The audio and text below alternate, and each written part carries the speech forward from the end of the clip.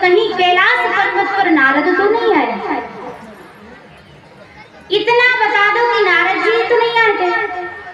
पार्वती जी बोल पड़ी कि अगर वो ना आते तो मेरी आंखें भी ना खुलती। अच्छा हुआ कि वो आए थे और मेरी आंखें खुल गए। आवश्यक सूचना। और आज शंकर जी ने कहा तब तो लड़ाई होना कोई बड़ी बात नहीं है। नारद जी कहाँ जाए और झगड़ा ना हो, ऐसा हो ही नहीं सकता, कोई बात नहीं। बताइए क्या बात है? इन्होंने कहा कि बात यह है कि आप अब इसे झूठ क्यों बोलते हैं, कपट क्यों करते हैं, छल क्यों करते हैं? शंकर ने कहा कि किसने कह दिया? बताओ कहाँ लगा तुम्हें कि हमने कपट किया, छल किया? ऐसा कैसे हो सकता है, कैसे कह सकती हो? पार्वती जी ने कहा एक बात बताओ, अगर छल नहीं करते, कपट नहीं करते तो ये बताइए आपने जो अपने गले में मुंडों की माला पहनी है, इस माला में मुंड किसके लगे हुए हैं?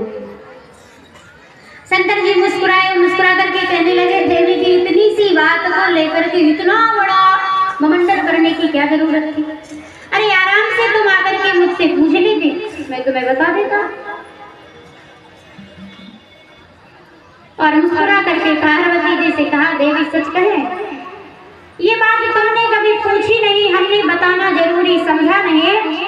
ज्यादा परेशान होने की जरूरत नहीं है, क्योंकि इसमें जो मुंड लगे हुए हैं किसी और के नहीं है, वो तुम्हारे ही है। जो मैं अपने गले में लटकाए घूमता हूँ वो किसी और के नहीं है, तुम्हारे ही मुंड है। पार्वती जी ने कहा मेरे? तो शंकर ने कहा हाँ। कैसे? कहा जब जब तुम अवतार लेती हो और जब जब अपने देह को त्यागते हो तो मैं तो इतना प्रेम करता हूँ, कोई भी पति ऐसा ना होगा कि पत्नी दुनिया छोड़ दे। क्या वो उस तन को रख सकता है? नहीं रख सकता है। कितना ही प्रेम करने वाला पति हो, लेकिन पत्नी अगर मर जाए तो वो बताओ रखेगा? नहीं रखेगा। शंकर जी ने कहा मैं तो इतना प्रेम करता हूँ कि तुम्हारे मरने के बाद भी मैं तुम्हें छोड़ नहीं पाता। जब जब तुमने अपना तन को त्यागा है तब तक मैंने आपके इस मुंड को निकाल करके अपनी माला में पिरो लेता हूँ, मैं तो इतना प्रेम करता हूँ। पार्वती जी ने कहा अच्छा एक बात बताओ। क्या? आपको एक बार भी कुछ नहीं हुआ और मुझे इतनी बार जीना पड़ा और मरना पड़ा? आप जब से ऐसे ही हो? शंकर ने कहा हाँ। क्यों? शंकर जी ने कहा कि मैंने अमर कथा सुन रखी है और जो अमर कथा सुन लेता है वो अमर हो जाता है, इसलिए मैं अमर हूँ, आपको जाना पड़ता है। पार्वती जी ने कहा तब तो आप और भी कपटी हो। क्यों? क्योंकि अरे मुंडों की माला पहनने की जरूरत ही नहीं थी, एक बार अमर कथा मुझे सुना देते, आप भी अमर और हम भी अमर, बात खत्म हो जाती। ऐसा क्यों नहीं किया? शंकर जी ने कहा कि ये जो अमर कथा है ना स्त्रियों के लिए नहीं है, पुरुषों के लिए है। तो देवी ने कहा कि नहीं हमें तो सुनाओ। शंकर जी ने बड़ा मना किया,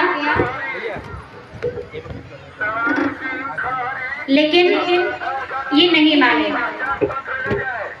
शंकर जी ने कहा कि इसका कारण ये है कि आप स्त्री हो और अगर मैंने आपको अमर कथा सुना दी तो स्त्री का स्वभाव है, आपको मैं सुनाऊंगा, आपने धोखे से अपनी सहेली को सुना दी, उसने दूसरे को, दूसरे ने दूसरे को, मृत्यु लोक तक अगर अमर कथा पहुंच गई तो ध्यान देना वैसे ही तो दुनिया वाले एक दूसरे को समझते नहीं है, और जब अमर हो जाएंगे तो फिर तो एक दूसरे को समझने वाले है ही नहीं। इसलिए ये अमर कथा जो है ना वो आपके लिए नहीं है। लेकिन पार्वती जी जिद करने लगी कि नहीं मुझे तो सुनाइए। और आज पार्वती के जिद के आगे पुनः भगवान शंकर कैलाश पर्वत पर हार गए। जाकर के पूरे कैलाश पर्वत पर नजर डाली, त्रिशूल से कहा जाओ जाकर के देखो कोई जीव तो नहीं है, कैलाश पर्वत खाली कर दो, कथा सुनाना है। और आज सारे जीव जंतुओं से कहा जाओ यहाँ अमर कथा होना है, सिर्फ पार्वती रहेगी। एक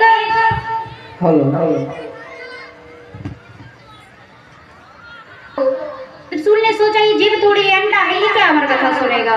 लेकिन जैसे ही कथा प्रारंभ होते होते होते होते समय ये हुआ कि कथा प्रारंभ जैसे ही हुई और वैसे ही वो अंडा फूट पड़ा, उसमें से छोटा सा तोते का बच्चा निकल पड़ा। अब इधर महादेव कथा को प्रारंभ करते हैं और इधर पार्वती जी के साथ में वो छोटा सा सुख यानी तोते का बच्चा भी सुन रहा है, बड़े प्रेम से आनंद ले रहा है, कथा सुन रहा है। और लेकिन पार्वती जी से शंकर ने कहा कि मैं